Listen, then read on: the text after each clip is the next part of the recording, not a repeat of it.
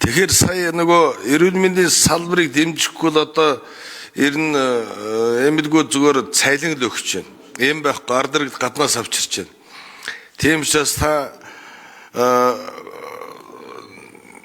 тухайн салбарын эмнэлгийн төсвийн зарагч нар болон нягтлангуудаас нь тодорхой ямар хэмжээний өөр байна тэрийг аваад гаргахгүй л энэ одоо нуусаар байгаа зүйлдээ өчнөө тэрбум хүрчээд байна. Тийм учраас энэ дэр нэлээд анхаарч ажиллах байх гэж бодож байна.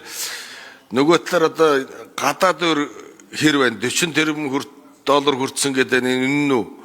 Энэ талаар асууя тэгээд танд бас ажлын амжилт хүсье.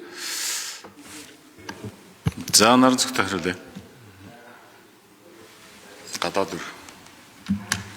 За гадаад үрний дарамт нэмэгдэж байгаа нь үнэн. Гэхдээ энэ засгийн газрын өрн нэг 8.1 тэрбум гэж миний сүүлийн бусад 20 тэрбум доллар нь нийтээрээ таны хэлж байгаа 40 орчим тэрбум байгаа гэдэг нь үнэн. 20 гаруй тэрбум нь энэ нөгөө оюутлогын хөрөн өөр гэж ингэж бид нар бүртгэж байгаа.